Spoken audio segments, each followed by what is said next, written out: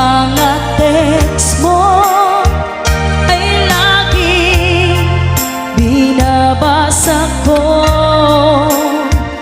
upang ang lungkot na nadama